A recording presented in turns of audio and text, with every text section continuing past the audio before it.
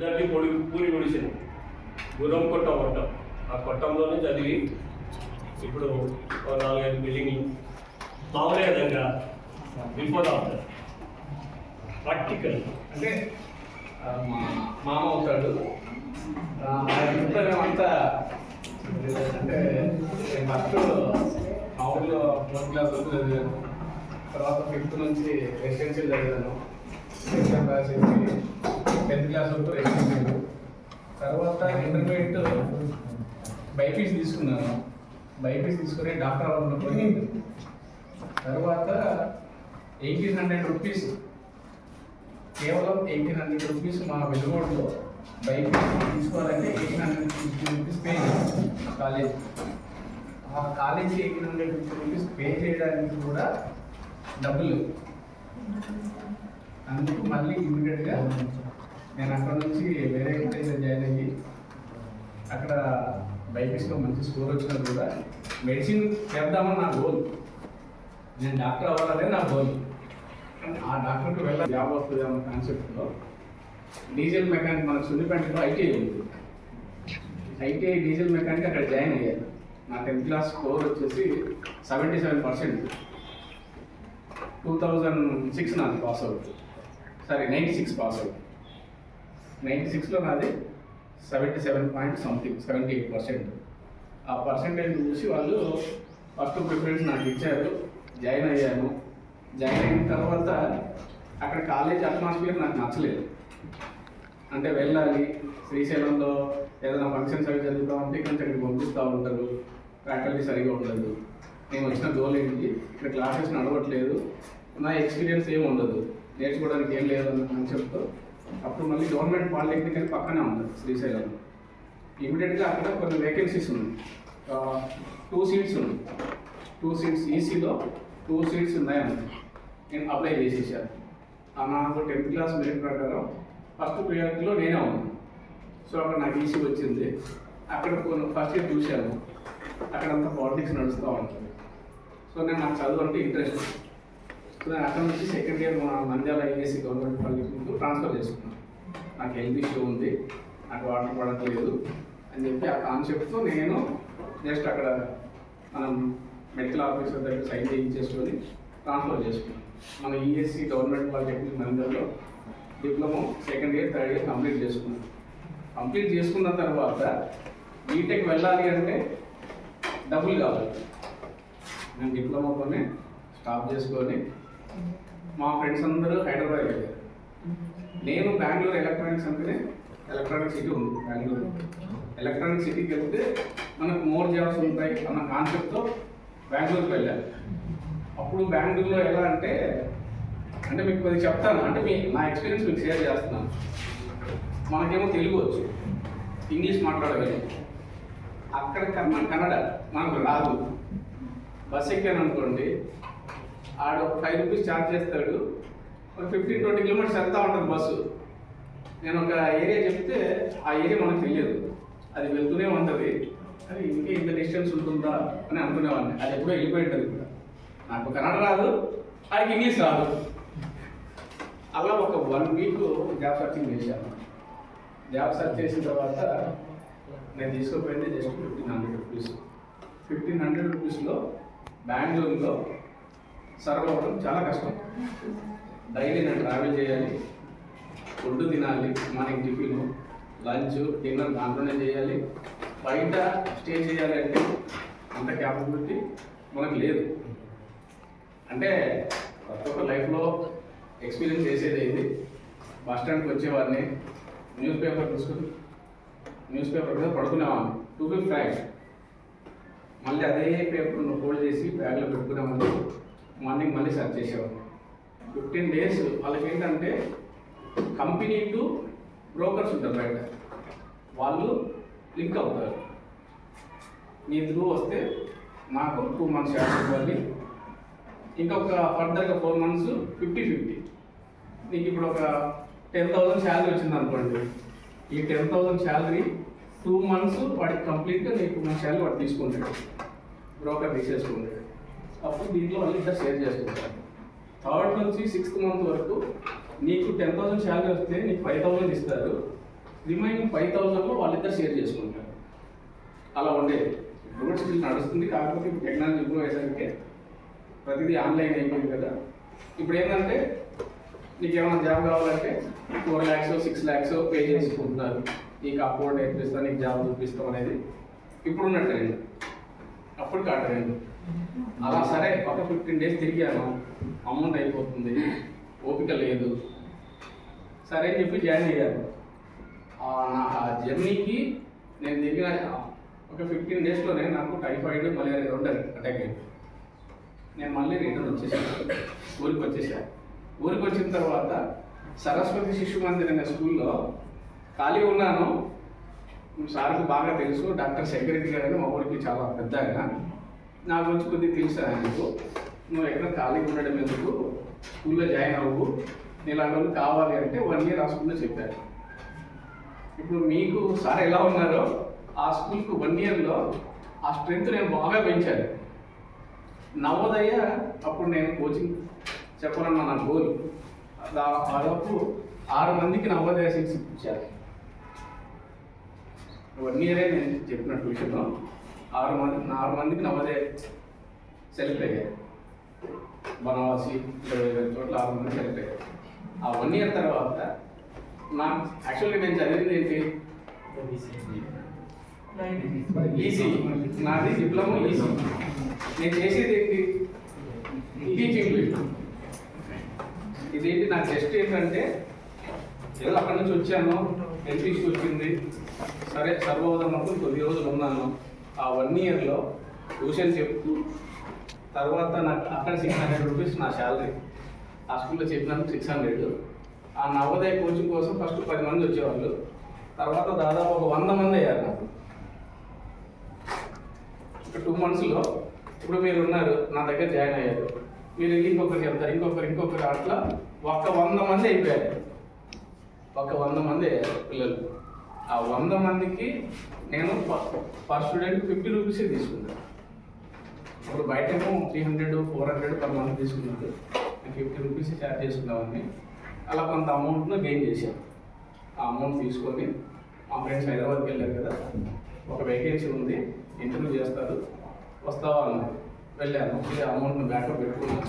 అంటే మీకు చెప్తున్నాను, ఇప్పుడున్న స్టూడెంట్స్ ఏం చేస్తున్నారంటే తల్లిదండ్రులు ఒక 1000 రూపాయలు మీకు పాకెట్ మనీగా ఇస్తే మీరు దీన్ని ఏం చేస్తారంటే ఒక 200, అంటే మన స్టూడెంట్ లైఫ్ నుంచి వచ్చిన వాళ్ళని మీరు 1000 rupees, మీకు అక్కడ కాలేజ్ ఫీజు 250 rupees ఉంటే మీరు 1000 తీసుకుంటారు. దీంట్లో ఆల్మోస్ట్ ఒక 500 to 700 rupees మీ పర్సనల్గా సినిమాలకు కానీ, ఫ్రెండ్స్తో బీరని, ఇలాంటి ఎక్స్ట్రా ఖర్చులు చేస్తూ ఉంటారు. మ్యాక్సిమం స్టూడెంట్స్ సినిమాలకు ప్రిఫర్ చేస్తారు. బయట బిర్యానీలు తిందాం ఆల్మోస్ట్ ఉంటారు. ఒక ఇప్పుడు మీలో ఒక 50% అటు 50% ఇటు ఉంటారు. సో మీరు ఈ అమౌంట్ సేవ్ చేసుకున్నారనుకోండి, మీకు ఎక్కడో ఒకటి ఉపయోగపడుతుంది. నేను అమౌంట్ తీసుకొని హైదరాబాద్కి వెళ్ళాను. ఆల్మోస్ట్ నాకు అప్పటికి ఒక ఆ టైంకి నేను ఒక 15,000 సేవ్ చేసుకోగలిగాను. ఈ 15,000లో 10,000 ఇంట్లో ఇచ్చేసి జస్ట్ 5,000 తీసుకొని హైదరాబాద్కి వెళ్ళిపోయాను. అంటే నేను వెళ్ళగానే నాకు శాలరీ ఇవ్వలేదు. 1 month చేసిన తర్వాత నాకు శాలరీ ఇస్తారు. అప్పుడు వాళ్ళు ఇంటర్వ్యూ కండక్ట్ చేశారు. 6 rounds ఇంటర్వ్యూ, 6 rounds చేశారు. 2 రిటర్న్ టెస్ట్లు పెట్టారు. ఒకటి కమ్యూనికేషన్ స్కిల్స్ చూపించారు, ఒకటి మళ్ళీ స్క్రీనింగ్ టెస్ట్, అంటే కంప్యూటర్ గురించి నీకేం తెలుసు. ఇప్పుడు మన దగ్గర చిప్ డిజైన్, సర్క్యూట్ డిజైన్, వీటి మీద నీకు ఐడియా ఉండాలి. సో దీనికి అంతా కావాలంటే ఏం కావాలి, కంప్యూటర్ నాలెడ్జ్ కావాలి. సో నీ కంప్యూటర్ నాలెడ్జ్ ఎంతవరకు ఉంది, ఏ కాన్సెప్ట్లో ఉందన్నట్టు ఒక 6 rounds జరిగాయి. ఆ 6 roundsలో ఆల్మోస్ట్ వాళ్ళు హ్యాపీగా ఫీల్ అయ్యారు. దానికి ఇంటర్వ్యూకి వచ్చిన వాళ్ళు దాదాపు ఒక 200+ ఉంటారు. 200 members+ ఉంటారు. ఒక్కరే కావాలి వాళ్ళు. సో లక్కీగా ఆ 200లో నేను ఒక్కరిని సెలెక్ట్ అయిపోయా. ఒక్క పోస్ట్ నేను సెలెక్ట్ అయ్యాను.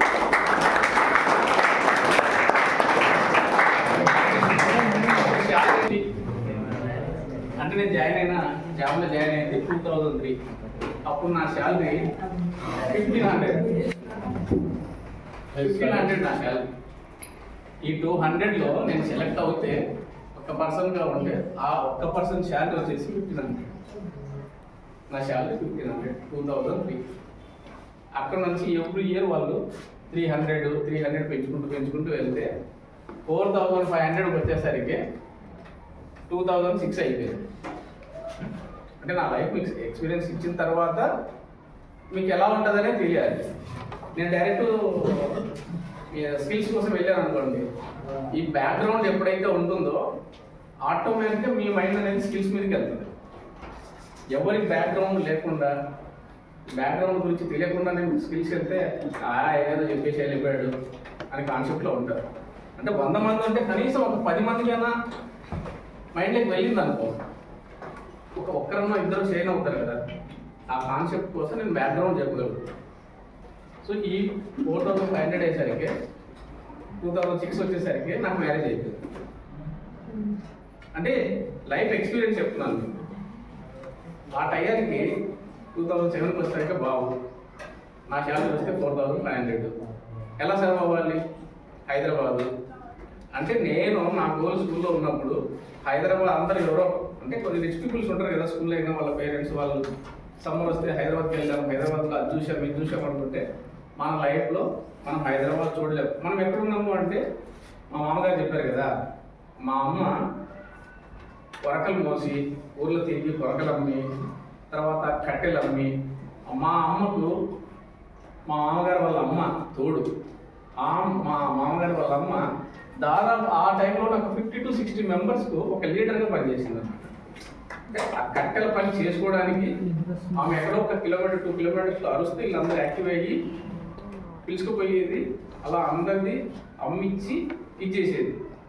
అట్లా ఆ స్టేజ్లో నేను పెరిగాను. కట్టెలు అమ్మి కొరకలు కోసి కొరకలు అమ్మి ఆ స్టేజ్లో తనకున్నంత స్తోమతలో నన్ను చదివించగలిగింది.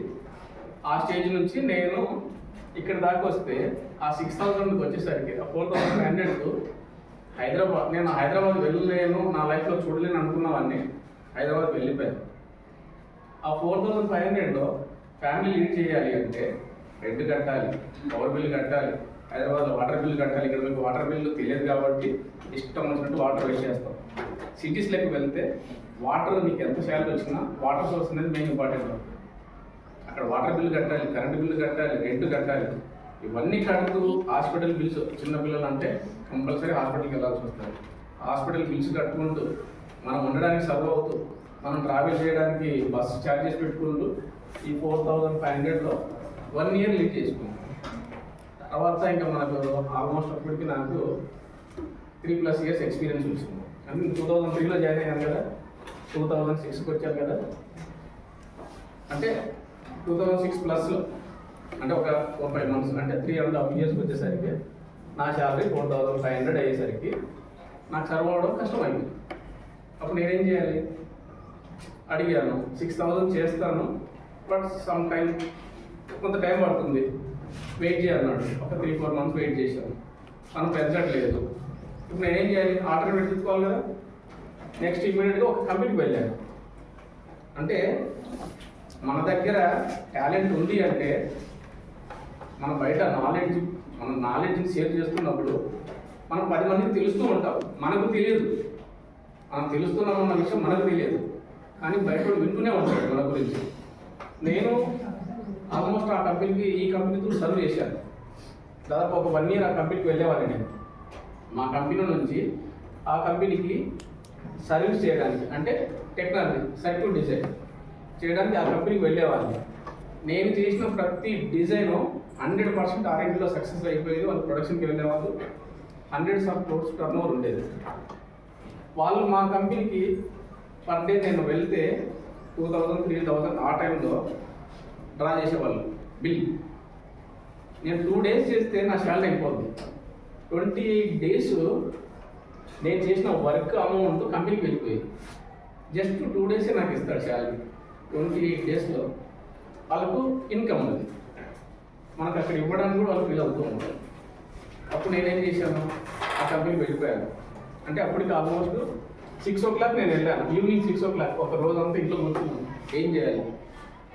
మనకి ఇక్కడ అమౌంట్ మనకు కావాలంటే కష్టం. పేరెంట్స్ పంపలేని పరిస్థితి. నేను ఉన్న అమౌంట్ను 4,500 నడపడం కష్టం. నేను బయట పార్ట్ టైం చేద్దామా అంటే ఒక రూల్ ఉంటుంది. ఒక కంపెనీలో పని చేస్తున్నప్పుడు వేరే కంపెనీలో చేయకూడదు అనేది ఒక రూల్ ఉంటుంది. ఆ రూల్లో మనం డిబేట్ అవ్వలేము. సో బెస్ట్ ఏంటి, జంప్ అవ్వాలి. ఆ కంపెనీకి వెళ్ళాను, సార్ ఇట్లా రెజ్యూమ్ తీసుకున్నాను, ఇట్లా నాకు జాబ్ కావాలి, మీ కంపెనీలో ఒక వేకెన్సీ ఉందని తెలిసింది, ఇంటర్వ్యూకి అటెండ్ అవుదాం అనుకుంటున్నాను అని చెప్పేసి వెళ్ళాను. ఆ కంపెనీలో ఇన్ఫినిటీ ఈవీ మోటార్స్ అని చెప్పేసి వాళ్ళు కంప్లీట్గా బిఎస్ఎన్ఎల్ రైల్వే సప్లైస్. ఆయన యూఎస్ గోల్డ్ మెడలిస్ట్ రిటర్న్, ఆయన ఎంటెక్ గోల్డ్ మెడలిస్ట్ అమెరికా, యూఎస్లో ఎంటెక్ చేశాడు, గోల్డ్ మెడలిస్ట్. ఆయన గోల్ ఏంటి, ఇండియాకి వచ్చి ఒక మంచి కంపెనీ పెట్టాలి, ఈవీ మోటార్స్ అని చెప్పాను కదా, ఇన్ఫినిటీ ఈవీ మోటార్స్. ఆయన 2000 టైంలోనే మన ఇండియాలో ఈవీ మోటార్స్, ఇప్పుడు ఎలక్ట్రికల్ ఛార్జెస్ వచ్చాయి కదా, ఎలక్ట్రికల్ వెహికల్స్, ఆయన ఆ టైంలోనే గోల్ పెట్టు ఇండియాకి వచ్చాడు. మన ఇండియాలో అది చేసినా కూడా కొనేవాడు లేక మూలన పెట్టి వేరే ఆల్టర్నేట్ ప్రాజెక్ట్స్ కోసం వెళ్ళాడు. 2006లో నేను చెప్పాను కదా, ఆ కంపెనీకి వెళ్ళానా, ఆయన మేనేజర్ డైరెక్టర్గా, సార్ మీకు ఎలాంటి ఇంటర్వ్యూ లేదు, మీరు డైరెక్టర్ అయిపోయి జాయిన్ అయిపోతున్నారు, డైరెక్ట్ జాయిన్ అయిపోతారా అన్నారు. అదేంటి సార్ ఇంటర్వ్యూ మీకు చాలామంది వస్తున్నారు, అందరు మీరు ఏం చేస్తున్నారు అన్నట్టుగా విన్నాను. సార్ నేను ఒకసారి వెళ్దాము, ఇంటర్వ్యూ ఎలా చేస్తారో చూద్దాము, ఒకవేళ నేను సెలెక్ట్ అయ్యాను అనుకోండి మంచిగా ఉంటుంది అన్న ఉద్దేశంతో వచ్చాను, నాకు ఇంటర్వ్యూ లేదన్నా. మరి ఏంటి సార్ అన్న, లేదండి మీ గురించి నాకు మార్కెట్లో తెలుసు, మాకు కూడా చేశారు కదా, ప్రతి ప్రాజెక్టు సక్సెస్ అవడం వల్ల మీకు ఎలాంటి ఇంటర్వ్యూ లేదు, మీకు ఆల్రెడీ మా సర్వ్ చేశారు కదా, ఆ సర్వీస్ ద్వారా మీ గురించి నాకు తెలుసు కాబట్టి మీకు ఇంటర్వ్యూ లేదు అన్నారు. దాదాపు దానికి ముందర ఒక 100 మందికి పైగానే వాళ్ళు ఇంటర్వ్యూ చేశారు.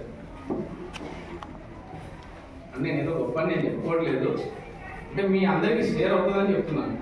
వాళ్ళు ఇంతకుముందు ఒక 100 మందికి పైన ఇంటర్వ్యూ చేసి ఉంటారు, నాకు ఏ ఇంటర్వ్యూ లేదు.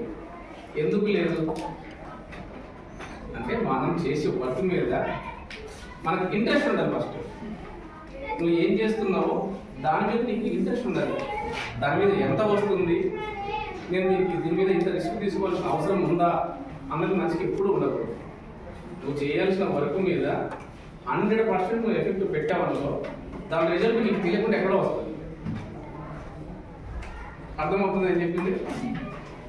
మీరు ఒక దాన్ని ఆశించాలి అనుకోకూడదు, మీరు చేయాల్సిన పని మీరు చేయాలి, దాని రిజల్ట్ మీకు తెలియకుండా ఎక్కడి నుంచో వస్తుంది.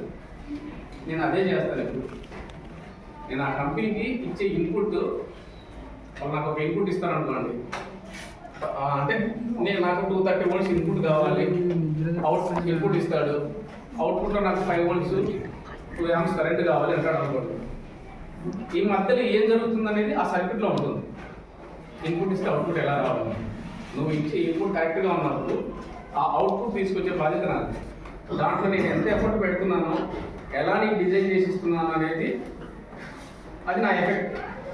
అది మనం 100% దాని మీద మన నాలెడ్జ్ని, మన టయాన్ని, ఇప్పుడు 5 అయిపోయింది నేను వెళ్ళిపోవాలి అన్నది ఎప్పుడు ఉండదు. నా కంపెనీకి 5:30కి నువ్వు బయటకు వచ్చి అంటారు, నేనేం చేసేవాడిని రాత్రి 9-10 గంటలైనా కంప్లీట్ బయటకు వచ్చేవన్నీ కాదు, కంప్లీట్ చేయాలి. దానికి డేటా షీట్ చాలా ఉంటాయి.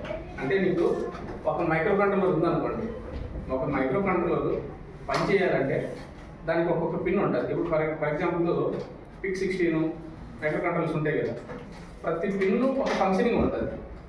అసలు ఆ పిన్ ఏ ఫంక్షన్ పని చేస్తుంది, పిన్ 1 ఏం పని చేస్తుంది, పిన్ 2 ఏం పని చేస్తుంది, పిన్ 3 ఏం పని చేస్తుంది, దానికి నువ్వు ఇచ్చే ఇన్పుట్ ఎంత, 3.3 volts డ్రా చేస్తుందా, 5 volts డ్రా చేస్తుందా, 12 volts డ్రా చేస్తుందా, ఎంత కరెంట్ డ్రా చేస్తుంది, ఎంత వోల్టేజ్ డ్రా చేస్తుంది, దాని ఫంక్షన్ ఏంటి, దానికి మళ్ళీ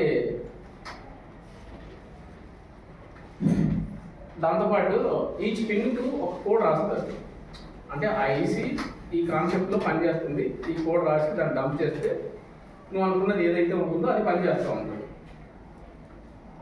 అలా నీకు ఆ డిస్క్రిప్షన్లో వాడు కంప్లీట్గా ఇస్తాడు, డేటా షీట్లో కంప్లీట్గా ఇస్తాడు. అదంతా నువ్వు స్టడీ చేయాలి. ఏదో వాడు ఐసీ ఇచ్చాడు, సర్క్యూట్ ఇచ్చాడు, చేసేసాడు, అయిపోయింది అనుకుంటే మైక్రో కంట్రోలర్స్ ఎలా పనిచేస్తుంటాయంటే దానికి రిఫరెన్స్ ఉంటాయి పక్కన. రెసిస్టర్ ఉంటుంది, కెపాసిటర్ ఉంటుంది, డయోడ్స్ ఉంటాయి, ఆసిలేటర్ ఉంటుంది, ఇవన్నీ ఉంటాయి. ఇవన్నీ నియర్గా ఏ పిన్ ఏ ఫంక్షన్ చేస్తుందో ఆ పిన్ నియర్ బై అది ఉంటేనే అది పనిచేస్తుంది. ఇప్పుడు పిన్ 1 ఇక్కడ ఉంది, ఒక కెపాసిటర్ దానికి యాడ్ అవ్వాలి. ఆ కెపాసిటర్ యాడ్ అవ్వాలంటే ఈ కెపాసిటర్ నియర్ బై ఉంటేనే అది పనిచేస్తుంది. అది స్ట్రైట్గా ఉంటేనే పనిచేస్తుంది. ఇప్పుడు నువ్వు ఇక్కడ మైక్రో కంట్రోలర్ అంటే నా ఎక్స్పీరియన్స్తో పాటు టెక్నాలజీలో కూడా తీసుకెళ్తున్నాను. నువ్వు ఒక చోటు ఉండాల్సింది ఎక్కడో పెట్టావనుకో, ఇక్కడ నుంచి ఈ సిగ్నల్ ఇలా ట్రాన్స్ఫర్ అయ్యేసరికి ఈ మధ్యలో డిస్టర్బెన్స్ చాలా ఉంటుంది. అర్థమవుతుందా? ఈ డిస్టర్బెన్స్ అవ్వడం వల్ల ఇది డిలే అయ్యి ఇది డిఫరెంట్ సెకండ్స్లో రావాల్సిన అవుట్పుట్ సమ్ మినిట్స్ పడుతుంది. ఈ మధ్యలో ఇంటర్ఫీరెన్స్ అనేది చాలా ఉంటుంది అన్నమాట. నాయిస్ డిస్టర్బెన్స్ వచ్చేస్తుంది, వేరే సిగ్నల్స్ మిక్స్ అయిపోవడము. నీకు అంటే చెప్తాను, ఇంకా నాకు కొద్దిగా వేరే టైంలో వచ్చింటే బాగుంటుంది. హాఫ్ డే నేను తీసుకునేవాడిని. ఫర్ ఎగ్జాంపుల్ ఒక మైక్రో కంట్రోలర్ అనుకోండి.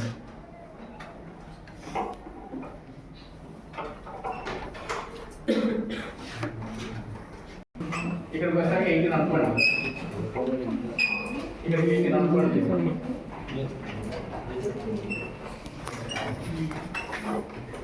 సప్లై ఇస్తేనే పని చేస్తుంది. ఫ్యాన్ ఉంది, ఫ్యాన్కి సప్లై కావాలి అంటే పవర్ వెళ్ళాలి. ఆ పవర్ వెళ్ళాలంటే ఆన్ ఆఫ్ స్విచ్ ఏదో ఉంటుంది, దానికి 230 వస్తుంది పనిచేస్తాయి. ఈ మైక్రో కంట్రోలర్స్ డైరెక్ట్ ఏసీ ఇవ్వగానే పనిచేయాలి. వీటికి డీసీ కావాలి. కొన్ని మైక్రో కంట్రోలర్స్ 3.3 వోల్ట్స్తో పనిచేస్తూ ఉంటాయి, కొన్ని 5 వోల్ట్స్తో పనిచేస్తూ ఉంటాయి, కొన్ని 2 వోల్ట్స్తో పనిచేస్తూ ఉంటాయి. దీనికి ఒక ఇన్పుట్ ఉంటుంది, ఆ ఇన్పుట్లో గ్రౌండ్ కావాల్సి వస్తుంది, సప్లై కావాల్సి వస్తుంది. ఓన్లీ సప్లై ఇచ్చినా పని చేయదు. అంటే మీకు సిగ్నల్ ఒక చోట స్టార్ట్ అయ్యి ఒక చోట ఎండ్ అవుతుంది. లైన్ నోటల్ అంటాం కదా, నోటల్ లేదు ఓన్లీ లైన్ ఇస్తే అయిపోతుందా? గ్రౌండ్ లేదనుకోండి, ఎక్కడ నుంచి చేపెట్టామనుకోండి షాక్ పడుతుంది. అవునా? లూప్ ఎలా ఉండాలంటే ఒక చోట స్టార్ట్ అయ్యి ఒక చోట ఎండ్ అవ్వాలి, లూప్ క్లోజ్ అవ్వాలి. స్టార్ట్ అయ్యి లూప్ క్లోజ్ అవ్వాలి, లైన్ స్టార్ట్ అయ్యి న్యూట్రల్తో క్లోజ్ అవ్వాలి. అప్పుడు నీకు ఆ ఎత్తు కరెక్ట్గా ఉన్నప్పుడు, న్యూట్రల్ కరెక్ట్గా ఉన్నప్పుడే నీకు ఎలాంటి షాక్ ఉండదు పవర్ వచ్చేసరికి. గ్రౌండ్ కరెక్ట్గా లేదనుకో షాక్ పడుతుంది, ఎక్కడ నుంచి చేయబెట్టి షాక్ పడుతుంది. మేబీ మీరు కొంత ఎక్స్పీరియన్స్ చేసి ఉండొచ్చు. మీరు ఏదైనా ల్యాబ్లో పని చేస్తున్నప్పుడు ఆ షాక్ వచ్చిందన్న ఎవరన్నా ఎక్స్పీరియన్స్ గెయిన్ చేశారా?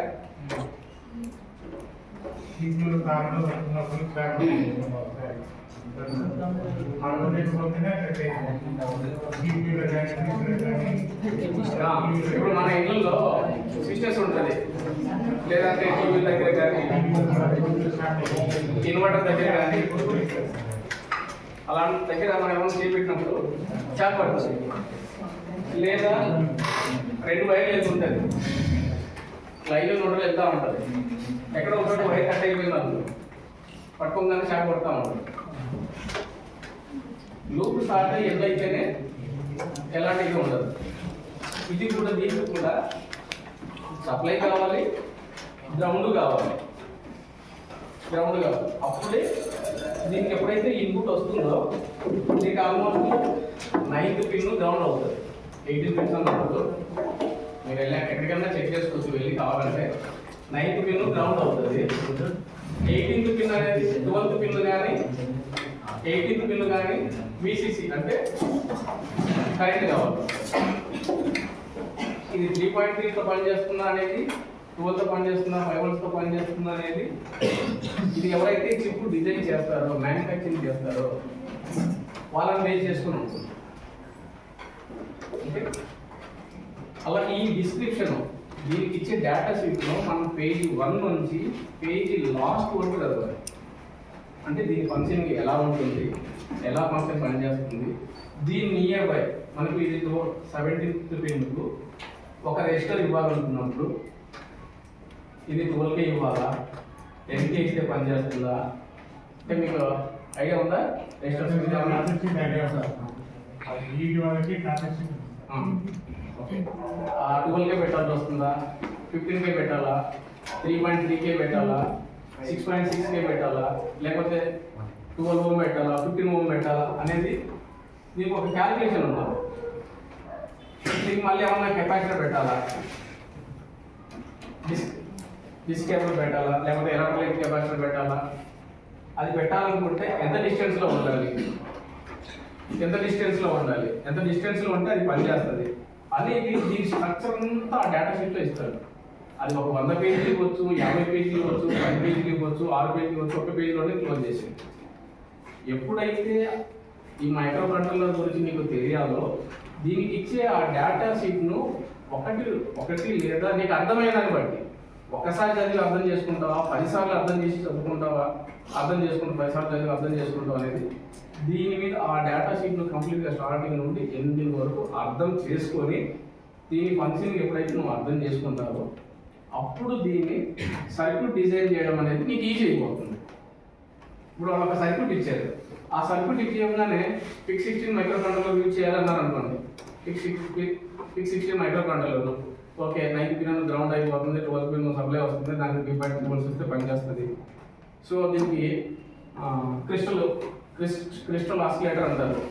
క్రిస్టల్ ఆసిలేటర్ ఒక 12 పిన్ 13 పిన్ ఉండదు, ఆ 11 12 లేదా 12 13 తీస్తారు. ఆ క్రిస్టల్ ఆసిలేటర్ నాయిస్ జనరేట్ అవ్వకుండా ఎంత దగ్గరకు పనిచేస్తే ఇది ఫంక్షనింగ్ అవుతుంది. అదంతా డేటా షీట్ ఇచ్చాడు కదా, నువ్వు అది చదివితేనే నీకు అది అర్థం అవుతుంది. అప్పుడు దగ్గర నియర్ బై ఎక్కడ పెట్టమంటే అక్కడ పెట్టేసి దానికి గ్రౌండ్ లూప్స్ ఎలా తీసుకెళ్ళాలి, ఆ సిగ్నల్ ఒకటి వస్తుంది అంటే దాని గ్రౌండ్ లూప్ ఎలా తీసుకెళ్ళాలి, దానికి మిగతా ఏ సిగ్నల్స్ను అది ఇంటర్ఫీర్ చేయకుండా నియర్ బై పెడితే ఇది పనిచేస్తుంది అనేది అక్కడ ఇచ్చాడు. కాబట్టి నువ్వు దాన్ని చదివిన తర్వాత ఇక్కడ యూజ్ చేసావు, ఆ అప్లికేషన్ ఇక్కడ యూజ్ చేసావు, నువ్వు ఆ డిజైన్లో సింగిల్ ఇటరేషన్లో అది R&D వాళ్ళు క్లియర్ చేసుకుంటారు. ఇలా ఇన్పుట్ ఇవ్వగానే అవుట్పుట్ అలా వచ్చేస్తుంది. అర్థమవుతుందా? రోజు సెల్ ఫోన్ వాడుతున్నావా? సెల్ ఫోన్ మెకానికల్గా వెళ్ళినా, సివిల్గా వెళ్ళినా, ఎలక్ట్రికల్గా వెళ్ళినా, ఎలక్ట్రానిక్స్ వెళ్ళినా, కంప్యూటర్ కోడింగ్ చేయాలంటే కూడా మీకు ఏదైతే యూజ్ చేద్దాం అనుకుంటారో ఒక కాంపోనెంట్, ఏదైనా ఒక కాంపోనెంట్ యూజ్ చేస్తున్నారంటే దాని డిస్క్రిప్షన్ కొంత ఉంటుంది. ఆ డిస్క్రిప్షన్తో పాటు దానికి డేటా షీట్ ఉంటుంది. అసలు మ్యానుఫ్యాక్చరింగ్ ఎందుకు తయారు చేశాడు దానికి కావాల్సిన ఇన్పుట్స్ ఏంటి, నీకు ఏం అవుట్పుట్ ఇస్తుంది, అది అర్థమవుతుందా? అతను ఒక మ్యానుఫ్యాక్చర్గా తయారు చేశాడు అంటే ఒక 1K రెజిస్టర్ తయారు చేశాడు అనుకోండి, దానికి ఒక ఇన్పుట్ ఇచ్చింటాడు. నువ్వు ఏమైతే ఇన్పుట్ ఇస్తావో అది అవుట్పుట్ రావడానికి మధ్యలో ఫంక్షనింగ్ ఏం పని చేస్తుంది, దానికి ఇంకా పెరిఫరల్స్ ఏమైనా కావాలి, ఇవన్నీ చూసుకోవడానికి ఆ డిస్క్రిప్షన్ క్లియర్గా చదివి దాని డేటా షీట్ స్టడీ చేస్తే దాని గురించి నీకు తెలిసినప్పుడు అది నువ్వు ఎలా యూజ్ చేయాలనేది నీకు తెలుస్తుంది. ఆ యూజెస్ నువ్వు బేస్ చేసుకొని నీకు ఇచ్చిన సర్క్యూట్లో ఎలాంటి బగ్స్ లేకుండా నువ్వు సింపుల్గా క్లోజ్ చేసావు అనుకో, అప్పుడు నీకు టెస్టింగ్ చేసేటప్పుడు ఒక 1 డే పట్టదు, 1 వీక్ పట్టదు, 1 మంత్ పట్టదు, 1 ఇయర్ కూడా పట్టదు. ఎప్పుడైతే నువ్వు సమ్ బగ్స్ పెట్టి ఆ డిజైన్ చేసావనుకో 1 మంత్ నుంచి 1 ఇయర్ 2 ఇయర్స్ అయినా దాన్ని అవుట్పుట్ రాదు. చాలా కంపెనీస్లో R&D చేస్తూ ఉంటారు. ఒక ప్రోడక్ట్ బయటికి రావాలి అంటే డిజైన్ అనేది కంపల్సరీ R&D ఉంటుంది. ఇప్పుడు ఈ మొబైల్ తయారు చేయాలి, ఈ మొబైల్ తయారు చేయాలంటే దీంట్లో ఏం కావాలి, మెయిన్గా హార్ట్ ఏంటి దీనికి, ఈ మొబైల్ హార్ట్ నాకు చెప్పండి, మదర్ బోర్డ్. మనిషికి హార్ట్ లేకపోతే మనం ఉంటామా? మనిషికి హార్ట్ లేకపోతే మనం ఉన్నాం. బ్రెయిన్ ఉండాలి, బ్రెయిన్తో పాటు హార్ట్ ఉండాలి. హార్టే ఇంపార్టెంట్ అని నేను అంటాను. ఎందుకంటే నీకు బ్రెయిన్ పనిచేయాలంటే హార్ట్ నుంచి బ్లడ్ సర్క్యులేషన్ అనేది పంపింగ్ జరుగుతూ ఉంటుంది, అవునా? నీకు ఈ పంపింగ్ కరెక్ట్గా లేదనుకోండి బ్రెయిన్ స్ట్రోక్ వస్తుంది. నీకు హార్ట్లో బ్లడ్ పంపింగ్ కరెక్ట్గా లేదనుకోండి, స్లోగా వెళ్తుంది అనుకోండి, అప్పుడు నీకు పెరాలసిస్ లాంటిది వస్తుంది. స్పీడ్గా పెరిగింది అనుకోండి, అప్పుడు నీకు బ్లడ్ ప్రెషర్ పెరిగినప్పుడు ఏమైపోతుంది, బ్రెయిన్ స్ట్రోక్స్ ఇట్లాంటివి వస్తాయి. ఎలా మనకు హార్ట్ ఇంపార్టెంట్ అంటాను. బ్రెయిన్ అంతగా పని చేయకుండా ఏదో బ్రతకగలుగుతాం.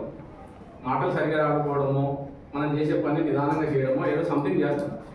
కొంతమంది బ్రెయిన్లెస్ పీపుల్ కూడా ఉంటారు. అంటే బ్రెయిన్ సరిగ్గా పనిచేయదు, మూగగా చెవిటిగా, తర్వాత వచ్చేసి మాట్లాడకుండా డిఫరెంట్గా ఉంటారు కదా కొంతమంది పిల్లలు, వికలాంగులు అంటాం కదా వాళ్ళు. అట్లా కూడా బ్రతికేస్తున్నారు కదా. అదే హార్ట్ లేకపోతే స్పాట్ డెడ్. బ్రెయిన్ సరిగ్గా ఫంక్షన్ చేయకపోయినా మనిషి బ్రతకగలుగుతాడే కానీ హార్ట్ లేకపోతే ఏ మనిషి బతకడు. అలాగే ప్రతి ఎలక్ట్రానిక్స్ ఐటెంలో మదర్ బోర్డ్ అనేది ఇంపార్టెంట్. నువ్వు ఆ పైన పెట్టి ఈ డిస్ప్లే అంతా షో ఉంటుంది అంతే. నువ్వు 18 ఇంచెస్ డిస్ప్లే పెట్టుకుంటావా, 20 పెట్టుకుంటావా, 60 పెట్టుకుంటావా, 100 పెట్టుకుంటావా, ఈ 100 మీద నీకు ఈ 100 ఇంచెస్ మీద నీకు డిస్ప్లే చేయాలి అంటే అదంతా ఎక్కడి నుంచి డిస్ప్లే అవుతుంది? మదర్ బోర్డ్ నుంచి డిస్ప్లే అవుతుంది. మదర్ బోర్డ్ ఫంక్షనింగ్ అవుతేనే నీకు ఇక్కడ డిస్ప్లే వస్తుంది. మదర్ బోర్డులో ఏ చిన్న ఇష్యూ వచ్చినా కూడా నీకు డిస్ప్లే రాదు. నువ్వు ఇమీడియట్ ఏం పరిగెడతావు? ఎక్కడికి పరిగెడతావు? మెకానిక్ ఈ ఛార్జింగ్ అంటే మొబైల్ సర్వీస్ సెంటర్ ఉంటుంది కదా, ఆడికి పరిగెడతావు. నాది డిస్ప్లే పని చేయట్లేదు, ఏమైందో అంటావు. ఆ లోపల సింపుల్గా తెలియని వాడికి ఏం చేస్తారు తెలుసా? అందులో ఆ మదర్ బోర్డులో ఏదో ఒక డయోడు, ఒక రెసిస్టరో, అంటే మనం చాలా మంది ఏం చేస్తామంటే ఈ మొబైల్ ఉంది, దీనికి ఒక ఛార్జర్ ఉంటుంది కదా. ఛార్జర్లో ఇప్పుడు high speed chargers, low speed chargers ఉన్నాయి. నువ్వు హై స్పీడ్ దీని వాటేజ్ ఎంత? Max 8 watt ఇచ్చింటాడు.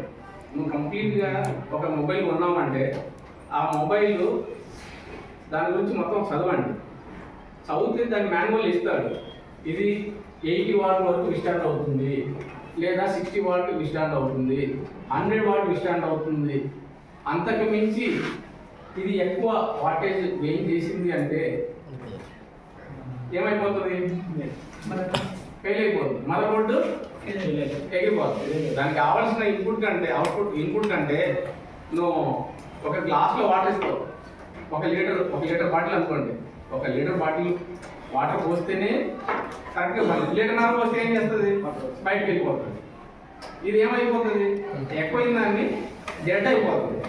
అప్పుడు మెయిన్గా దానికి ఏమవుతుంది? ఏదో ఒక రెసిస్టర్ పోయి ఉండొచ్చు.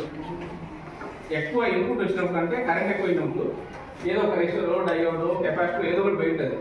దాని కాస్ట్ వచ్చేసి 10 పైసలు 20 పైసలు మాత్రమే ఉంటుంది, లేదా ఒక 1 రూపీ ఉంటుంది. నువ్వు ఎక్కడైతే మొబైల్ షాప్కి వెళ్ళంగానే వాడు సింపుల్గా సార్ ఇది డిస్ప్లే పని చేయట్లేదు, మదర్ బోర్డు ఏదో ఇష్యూ ఉంది అంటాడు. వాడు వెలుగుతాడు, ఒక రెసిస్టర్ సింపుల్గా వాడు చెక్ చేసుకుంటాడు. ఒక 1 కేనో 10 కేనో 15 కేనో 15 ఓం రెసిస్టర్ ఏదో సంథింగ్ మార్చేస్తాడు. దాని కాస్ట్ 50 పైసో 30 పైసో 20 పైసో ఉంటుంది. లేదా ఒక డయోడ్ పోతే ఒక 1 రూపీనో 2 రూపీనో ఉంటుంది. ఒక కెపాసిటర్ పోతే 3 రూపీసో 5 రూపీసో 10 రూపీస్ ఉంటుంది.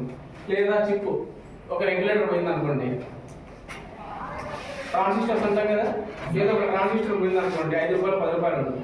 వాడు ఎంత ఛార్జ్ చేస్తాడు మీ దగ్గర? 1000 రూపాయలు చెప్తాడు, లేకపోతే 500 చెప్తాడు, లేకపోతే 2000 చెప్తాడు, 3000 చెప్తాడు. అది వాడు టాక్టిక్స్, అది నీకు తెలియదు. దీని మీద నీకు కమాండింగ్ ఉందనుకో, అంతెందుకు అవుతుంది అన్న, అది ఒక 3 రూపాయలు అయితే అయిపోతుంది కదా అంటే, సర్లే సార్ ఒక 100 రూపాయలు ఇచ్చాను. అంటే నీకు దీని మీద కమాండింగ్ ఉన్నప్పుడు తగ్గుతుంది, దీని మీద కమాండింగ్ లేనప్పుడు ఎక్కడికో వెళ్ళిపోతుంది. అట్లా నువ్వు ఎక్కడి నుంచో గట్టి వెళ్ళిపోయాను. సో మైక్రో అంటే మనిషికి హార్ట్ ఎలాంటిదో మన ఎలక్ట్రానిక్స్ కూడా మైక్రో కంట్రోలర్ అంటే మదర్ బోర్డ్ అనేది అంత ఇంపార్టెంట్. అదే ఎలక్ట్రికల్గా చూసుకుంటే కూడా మీకు స్విచ్చెస్ డిఫరెంట్గా ఉంటుంది. అదే కంప్యూటర్స్ అనుకోండి, కోడింగ్ ఇంపార్టెంట్. కోడింగ్లో ఇప్పుడు ఈ చిప్ పని చేయాలంటే ఏం చేయాలి? దీనికి కోడింగ్ రాయాలి. కోడింగ్లో పర్ఫెక్ట్గా ఉన్నవాడు కోడ్ రాశాడు అనుకో, దీనికి 100% పనిచేస్తాడు. ఎన్ని సంవత్సరాలైనా పనిచేస్తాడు. అర్థమవుతుందా? దీని డిస్క్రిప్షన్ చదువుకొని, దీని డేటా షీట్ చదువుకొని, ఇది ఏ పిన్ ఏ ఫంక్షన్ పనిచేస్తుందో దీన్ని బేస్ చేసుకుని నువ్వు కోడ్ రాసావనుకో, ఈ చిప్ ఫెయిల్ అవ్వదు. 100 సంవత్సరాలు దీనికి ఒక సమ్ ఏజ్ ఉంటుంది. మేము మ్యానుఫ్యాక్చరింగ్ అప్పుడు ఇన్ని 1000 అవర్స్ అని చెప్పేసి ఇన్ని lakhs అవర్స్ ఇన్ని 1000 అవర్స్ ఇది ఫంక్షనింగ్ వర్క్ అవుతుంది అనేది ఉంటుంది. దీనికి ఒక లైఫ్ టైం ఉంటుంది. ఎనీ కాంపోనెంట్కి ఒక లైఫ్ టైం ఉంటుంది. అది ఏది మన చైనా మార్కెట్ నుంచి తీసుకొచ్చే కాంపోనెంట్కు ఎలాంటి లైఫ్ టైం ఉండదు. నువ్వు పెట్టంగానే వెళ్ళిపోవచ్చు. ఇప్పుడు మార్కెట్లో చూసుకుంటాం చైనా ఎల్ఈడి బల్బులని, చైనా డమ్ చేసే చిన్న చిన్న ఐటమ్స్ ఉంటాయి కదా, అవి పనిచేస్తే లేకపోతే లేదు. ఏదన్నా ఒక మంచి బ్రాండెడ్ కంపెనీ ఉన్నారనుకోండి, 2 years 5 years వారంటీ ఇస్తారు. అది పనిచేస్తుంది. ఎందుకు పనిచేస్తుంది అంటే వాడు దాంట్లో యూజ్ చేసే కాంపోనెంట్స్ బ్రాండెడ్ కాంపోనెంట్సే ఉంటాయి. ఆ branded components minimum 10 years 7 years 12 years 15 years 18 years దాకా పనిచేస్తుంది.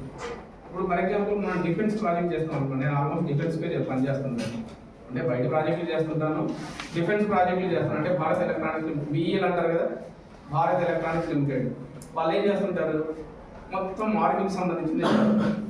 అంటే నేను మొన్న రీసెంట్గా ఒక ప్రాజెక్ట్ చేశాను. మిసైల్ గన్ ఉంటుంది కదా, ఇంతకుముందు డైరెక్ట్ మిసైల్ గన్నే ఉండేది. ఇప్పుడు ఆ మిసైల్ గన్ పైన ఒక కెమెరా ఉంటుంది. అంటే మీరు ఏదైనా సినిమా చూస్తున్నప్పుడు ఒక 3-4 kilometer డిస్టెన్స్లో ఒక ఆబ్జెక్ట్ అక్కడ మూవ్ అవుతుంది అంటే ఇక్కడ కెమెరాలో చూస్తారు అది మనిషి. దానికి పక్కన ఒక చిన్న రొటేటర్ ఉంటుంది. ఒక రొటేటర్ ఉంటుంది. ఆ కెమెరాలో చూస్తుంటారు, ఇది రొటేట్ చేస్తూ ఉంటే జూమ్ ఇన్ అవుతా ఉంటుంది. జూమ్ ఇన్ అయినప్పుడు అది చెట్ట, ఏదైనా జంతువా లేదా మనిషి, ఏదైనా బాత్రూమ్ పోతున్నాడా, ఎలా వెళ్తున్నాడు, వాడికి ఏ స్పాట్లో పిన్ అవుట్ చేయవచ్చు అనేది ఈ కెమెరాలో చూస్తాడు. ఇంతకుముందు ఈ టెక్నాలజీ ఉందా? లేదు. ఈ టెక్నాలజీ అప్డేట్ అవుతా ఉంటే ప్రతిదీ అప్డేట్ అవుతా ఉంది. అప్పుడు జస్ట్ గన్ అంటే గన్నే. ఇప్పుడు దానికి ఆ కెమెరా ఉంటుంది. ఆ కెమెరాకి ఒక రొటేటర్ ఉంటుంది. ఆ కెమెరా పని చేయడానికి ఛార్జర్. ఇప్పుడు ఆర్మీ వాళ్ళు ఎక్కడ ఉంటారు, ఎక్కడో రిమోట్ కంట్రోల్లో ఉంటారు. అక్కడ పవర్ ఉంటుందా? ఉండదు. మరి వాళ్ళు ఎక్కడి నుంచి ఛార్జ్ చేస్తారు? అప్పుడు వాడికి ఈ కెమెరా ఛార్జ్ చేయాలి. ఇప్పుడు ఏదైతే గన్ అనేది మెకానికల్, గన్ అనేది ఒక మెకానికల్, దానికి మెటల్తో గన్ తయారు చేస్తారు. ఈ రొటేటర్ అనేది మెకానికల్, ఎలక్ట్రానిక్స్, ఎలక్ట్రికల్, ఈ 3 ఈ రొటేటర్లో పనిచేస్తాయి. అవునా? ఈ రొటేటర్ బాడీ అంతా ఏంటి? మెకానికల్. మీరు మెటల్తో తయారు చేయొచ్చు, ప్లాస్టిక్తో తయారు చేయొచ్చు, ఏదైనా కానీ మెకానికల్ త్రూనే అవుతుంది. మెకానికల్ ఎవరైతే తీసుకుంటారో ఈ పార్ట్ మెకానికల్ మెటల్ పార్ట్ తయారు చేస్తారు. ప్లాస్టిక్ కావచ్చు, మెటల్తో కావచ్చు. దీంట్లో ఎలక్ట్రికల్గా వైరింగ్ ఉంటుంది. ఆ వైరింగ్ ఎవరు తయారు చేస్తారు? ఎలక్ట్రికల్ పర్సన్ చేస్తారు. అంటే వైరింగ్ అంటే ఇన్పుట్ ఇట్లా ఇవ్వాలి, అవుట్పుట్ ఇట్లా ఇవ్వాలి, దీనికి ఈ వైర్ కనపడకుండా ఇలా బంద్ చేసుకుంటూ వెళ్ళాలి అనేది ఎలక్ట్రికల్ పర్సన్ చూసుకుంటాడు. దీంట్లో నువ్వు రొటేట్ చేస్తున్నప్పుడు రొటేట్ అవుతుంటుంది కదా, ఇదంతా దేని నుంచి అవుతుంది? ఎలక్ట్రానిక్ సర్క్యూట్ నుంచి అవుతుంది. దాంట్లో కొన్ని రెజిస్టర్ పెట్టి ఉంటాడు, కొన్ని కెపాసిటర్ పెట్టి ఉంటాడు, కొన్ని ట్రాన్సిస్టర్ యూజ్ చేసి ఉంటాడు. దాంట్లో ఒక చిన్న మదర్ బోర్డు ప్లే చేస్తాడు. ఇప్పుడు మనం పాత సినిమాలలో మన ఇంట్లో పాతది ఇది ఉండేది కదా, దాంట్లో చిన్న మదర్ బోర్డు లాగా ఉంటుంది. దీంట్లో కూడా ఒక చిన్న మదర్ బోర్డు ఉంటుంది. అది రొటేట్ చేస్తా ఉంటే లైటింగ్ వస్తూ ఉంటుంది అన్నమాట. లైటింగ్ వస్తూ ఉంటుంది. నీకు ఇట్లా పెడుతూ ఉంటాడు, కానీ వాడు ఇక్కడ రొటేట్ చేస్తుంటాడు. ఏ యాంగిల్లో రొటేట్ చేశామో, 6 మీద ఉందా, 7 మీద ఉందా, వాటికి ప్రతిసారి ఇలా చెక్ చేసుకోలేడు కదా. గన్ ఇలా పెట్టాడు, రొటేటెడ్ ఇలా తిప్పుతా ఉన్నాడు. వాడి రేంజ్ ఏంటి? ఈ కెమెరాలో చూస్తూ ఉండడం, షూట్ చేయడానికి ఈ పాయింట్ అనేది వాడికి ఎక్కడ ఉంది అనేది, ఈ ఆబ్జెక్ట్లో ఈ పాయింట్ ఎక్కడ ఉందని చూస్తూ ఉంటాడు. కెమెరాలో కళ్ళు కనపడుతుంటాయి, ఈ స్పాట్ ఇక్కడ వెళ్ళి ఉంటుంది. ఈ చేతితో రొటేటర్ తిప్పుతూ ఉంటాడు. ఈ రొటేటర్కు ఇది 3rd లో ఉందా, 4th లో ఉందా, జూమ్ ఎంత దూరం అవుతుందో కనపడదు. ఇక్కడ నుండి ఏ స్పాట్లో ఉన్నాడు, 6th లో ఉన్నాడా, 7th లో. మనం బైక్ డ్రైవ్ చేసినప్పుడు 4th గేర్ 3rd గేర్ చేస్తూ ఉంటాం కదా, అట్లా ఈ రొటేటర్ కూడా నీకు ఏ పొజిషన్లో వచ్చిందని చెప్పడానికి ఆ డిస్ప్లే ఒక కార్నర్లో చూపిస్తూ ఉంటుంది. నువ్వు ఏ పొజిషన్లో ఉన్నావు అని చూపిస్తూ ఉంటుంది. ఇక్కడ నుంచి ఆ కెమెరాకి లింక్ అయి ఉంటుంది, త్రూ సర్క్యూట్ మదర్ బోర్డ్తో లింక్ అయి ఉంటుంది. అట్ ది సేమ్ టైం ఈ కెమెరా ఉంది కదా, ఈ కెమెరాకు మరి ఎక్కడి నుంచి ఛార్జ్ చేస్తానని చెప్పాను? కెమెరా బంద్ చేయాలంటే బ్యాటరీస్ కావాలి. బ్యాటరీలు ఎక్కడి నుంచి ఛార్జ్ అవుతుంది? కరెంట్ నుంచి ఛార్జ్ అవుతుంది. అంటే ఇప్పుడు మనకి ఏసీ కావాలి. ఏసీలో ఇట్లా ప్లగ్ పెట్టంగానే ఒక ఛార్జర్ ఇస్తాడు. ఏసీ పెట్టంగానే దాంట్లో బ్యాటరీ పెట్టేసినామో అది ఛార్జ్ అవుతుంది. అవునా? మరి వాడికి అక్కడ పవరే లేదు. మరి ఎలా ఛార్జ్ చేసుకుంటాడు? ఇప్పుడు ఒక ఆర్మీ పర్సన్ ఒక వెహికల్లో వెళ్తారు, ఒక 100 మంది వెళ్ళారు, ఫీల్డ్లోకి పంపించేశాడు. అక్కడ ఆపోజిట్లో పాకిస్తాన్ వాళ్ళే ఉన్నారు అనుకోండి. వాళ్ళకి తెలిసింది ఒక 100 మంది ఆర్మీ వాళ్ళు వెళ్ళారు, మిసైల్ గన్స్ పట్టుకుని వెళ్ళారు. వాళ్ళు అక్కడ పవర్ ఉండదు, రిమోట్లో పవర్ లేదు. ఆ డిస్ప్లేలో కెమెరాలో మనిషిని చూస్తాడు, దాంట్లో బ్యాటరీలు ఉన్నాయి. ఒక 4 గంటలు చూడంగానే బ్యాటరీ డౌన్ అయిపోయింది, బ్యాటరీ పని చేయట్లేదు, ఇమీడియట్గా కెమెరా ఆఫ్ అయిపోతుంది. అప్పుడు మళ్ళీ వాడు ఛార్జ్ చేయాలి. ఎక్కడ నుంచి ఛార్జ్ చేస్తాడు? వాడికి పవర్ లేదే. సోలార్ అక్కడ ఎండే లేదు. వాడు కాశ్మీర్లో ఉన్నాడు, కాశ్మీర్లో ఎండ లేదు, ఎప్పుడు మంచిగా ఉంటుంది. మరి సోలార్ అంటే ఏంటి? ఎండ బాగుండాలి, ఎండ నుండి పవర్ జనరేట్ చేసుకుంటున్నాడు. మరి అక్కడ ఎండే లేనప్పుడు సోలార్ పనిచేయదు కదా. జనరేటర్ పెడితే జనరేటర్ సౌండ్ వస్తుంది. నీ ఒక్క బ్యాటరీ కోసం జనరేటర్ ఆన్ చేయలేడు కదా. దానికి సరే జనరేటర్ పెట్టావు, దానికి పెట్రోల్ డీజిల్ కావాలి. వాడు ఎన్ని డ్రమ్ములు డీజిల్ తీసుకుని వెళ్ళిపోవాలి చెప్పండి?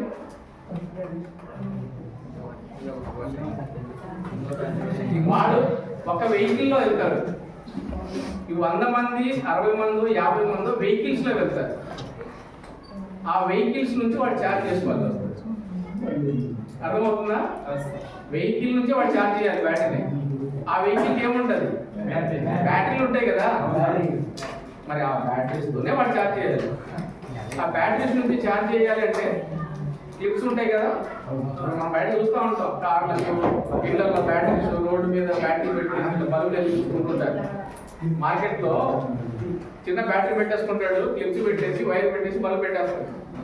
డీసీ నుంచి ఛార్జ్ చేసి చూసుకుంటాడు. బ్యాటరీ నథింగ్ బట్ డీసీనే కదా, దాన్ని ఛార్జ్ చేస్తుంది. అలా వాళ్ళు ఆ వెహికల్స్లో ఉన్న బ్యాటరీస్ నుంచి ఆ బ్యాటరీని ఛార్జ్ చేసుకుంటారు. అప్పుడు బ్యాటరీ ఛార్జర్ కావాలి కదా. వాడు సింపుల్గా బ్యాటరీ పెట్టేసి ఎక్కడ పెడతాడు? బ్యాటరీ ఛార్జర్లో పెట్టారు. ఆ ఛార్జర్కి వాడు ఒక డిస్క్రిప్షన్ ఇస్తాడు. అంటే వాడికి మనం డిఫెన్స్ ఉంటే కానీ మినిమం 7 years నుంచి 20 years దాకా మనం ఇచ్చే ప్రోడక్ట్ ఫెయిల్యూర్ అవ్వకూడదు. అర్థమవుతుందా? మనం బయట కొన్నాం అనుకో, ఛార్జర్ ఈరోజు పని చేస్తే రేపు పని చేయదు. బ్రాండెడ్ అయితే 1 year 2 years పని చేస్తాం. డిఫెన్స్ వాడికి మినిమం 7 years పని చేయాలి. Minimum 7 years. తర్వాత ఎంతైనా లాగాలి. లేదు అంటే నువ్వు ఏదో కాంపోనెంట్ యూజ్ చేసేసి ఆ ప్రోడక్ట్ డెవలప్ చేసి అతనికి ఇచ్చామనుకో, ఇతను కరెక్ట్ గన్షూట్లో ఉన్నాడు, వాడు అక్కడ నుంచి ఆపోజిట్ నుంచి వాడు ఫైర్ చేయొచ్చు. వీడు ఫైర్ చేద్దాం అనుకునేసరికి నీ డిస్ప్లే షట్ డౌన్ అయిపోయింది, పార్టీ కనపడలేదు. వాడికి కనపడింది, వాడు షూట్ చేసాడు, చచ్చిపోయాడు. అర్థమవుతుందా? అదే నువ్వు చేసిన ప్రోడక్ట్ కరెక్ట్గా ఉంది అంటే నీ ప్రోడక్ట్ ఫెయిల్యూర్ అవ్వనప్పుడు ఆపోజిట్ పాకిస్తాన్లో ఉన్న పార్టీని మన ఇండియన్ ఆర్మీ కాల్చి పడేస్తుంది. అంటే మనం ఇచ్చే ప్రోడక్ట్ 110% పర్ఫెక్ట్గా ఉండాలి. వాళ్ళు దీనికి నువ్వు ఇచ్చే ప్రోడక్ట్కు 2 to 3 years up to 5 years వరకు ఫీల్డ్ ట్రయల్ చేస్తూ ఉంటారు. ఎట్లా చేస్తారంటే వర్షాకాలం వస్తే వర్షం పడ్డా లోపల వాటర్ వెళ్ళి ఏదైనా డ్యామేజ్ అవుతుందా, షార్ట్ సర్క్యూట్ అవుతుంది కదా, అప్పుడు పని చేయకపోవచ్చు.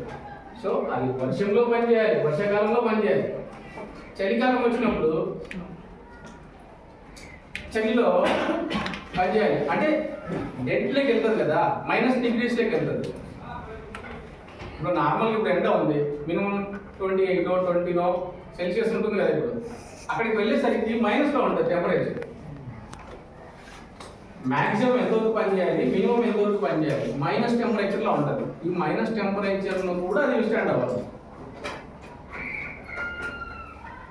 ఎండాకాలం వస్తుంది, వేడి ఎక్కువ ఉంటుంది, టెంపరేచర్ ఎక్కడికో 40 50 కూడా వెళ్ళిపోతుంటుంది, 60 కూడా వెళ్ళిపోవచ్చేమో. అక్కడ ఉన్న అట్మాస్ఫియర్ వెయిట్ చేసుకోండి, అక్కడ కూడా పనిచేయాలి. అంటే ఎండాకాలానికి పనిచేయాలి, చలికాలానికి పనిచేయాలి, వర్షాకాలానికి పనిచేయాలి.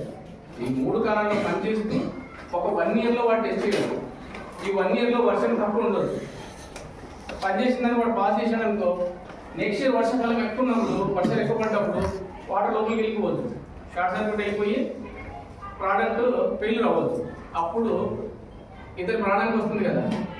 మనం ఇండియన్ ఆర్మీలో కొంతమంది చనిపోయారు అంటూ ఉంటాం. ఈ ఫెయిల్యూర్స్ కూడా అవ్వచ్చు.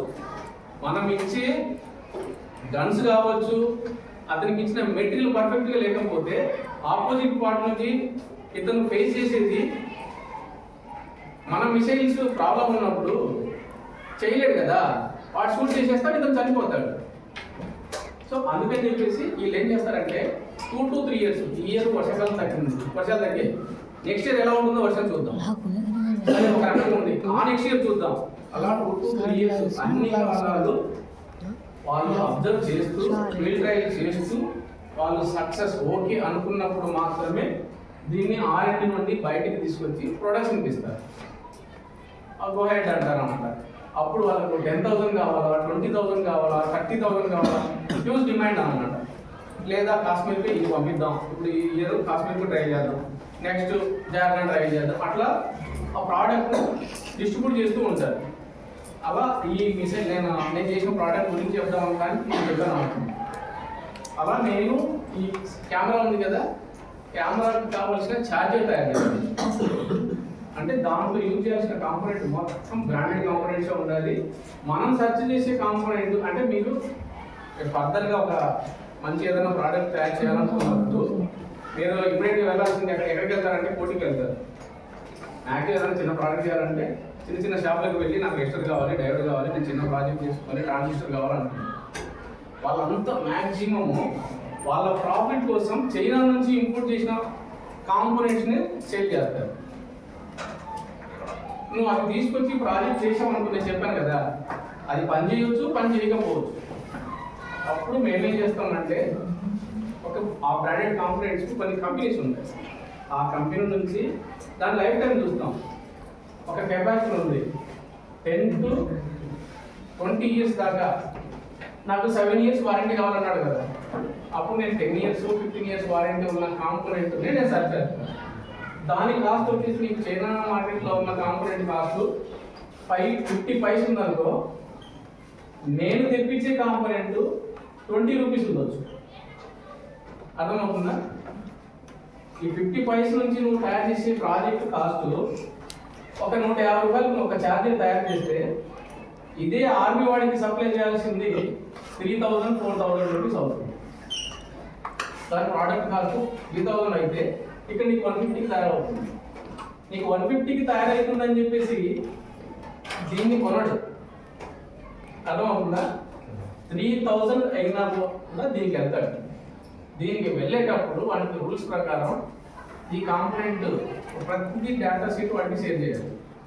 అంటే నేను ఈ కాంపోనెంట్ వాడాను, దీని లైఫ్ టైము 10 years ఉంది, 15 years ఉంది. ఇది ఒక 100 lakhs years వరకు ఈ కాంపోనెంట్ డెడ్ అవ్వదు. మీరు ఏదైనా ఒక ప్రోడక్ట్ కొన్నారనుకోండి, ఇప్పుడు బేకరీకి వెళ్తారు, ఒక బెడ్ ప్యాకెట్ కొంటారు, ఎక్స్పైరీ డేట్ ఒకటి ఉంటుంది. మీరు ఏదైనా ఒక ఐటమ్ కొనాలన్నప్పుడు మ్యానుఫ్యాక్చరింగ్ డేట్ ఎప్పుడు, ఎక్స్పైరీ డేట్ ఎప్పుడు అనేది ఉంటుంది. మీరు అవన్నీ చూడకుండా కొన్నారనుకోండి, ఎప్పుడైతే ఎక్స్పైరీ అయిపోయిందనుకో దాని రిజల్ట్ మారిపోతుంది, అది మీకు రివర్స్ అవ్వచ్చు. అర్థమవుతుందా? దాంట్లో యూజ్ చేసిన లిక్విడ్స్ కావచ్చు, ఏదైనా కావచ్చు, అది పనిచేయదు. దానికి ఆ పీరియడ్ వరకు అది పనిచేస్తుంది, ఆ తర్వాత పనిచేయదు, రివర్స్ అయిపోతుంది, జీరో అయిపోతుంది. దాంట్లో ఉన్న వాల్యూస్ జీరో అయిపోతుంది. అప్పుడు నువ్వు యూజ్ చేసిన ఒకటి, యూజ్ చేయకపోయినా ఒకటి, అవసరమైతే నీకు రివర్స్ దాని ఎఫెక్ట్ ఏదైనా రావచ్చు. ఆ విధంగా వీళ్ళు ఏం చేస్తారంటే ప్రతిదీ చెక్ చేసుకుంటారు. ఇలా మీరు ఏమైనా చేయాలనుకున్నప్పుడు, ఒక ప్రాజెక్ట్ చేయాలన్నా, ఒక ప్రోడక్ట్ తయారు చేసుకోవాలంటే కూడా మీరు ఆ కాంపోనెంట్ నుంచి ప్రతిదీ ఒక డేటా షీట్, అంటే మీకు మార్కెట్లో ఉన్నదాన్ని బేస్ చేసుకొని వర్చువల్ కాంపోనెంట్లో కొనండి. అప్పుడు మీరు చేసే ప్రాజెక్ట్ 110% సింగిల్ ఇటరేషన్లో సక్సెస్ అవుతుంది. అప్పుడు మీకు ఏమవుతుంది, ఆటోమేటిక్గా మీకు తెలియకుండా మీరు చేసే ప్రాజెక్టు పలానా పర్సన్ ఈ ప్రాజెక్ట్ చేశాడు, ఈ ప్రాజెక్టు వల్ల నేను ఆల్మోస్ట్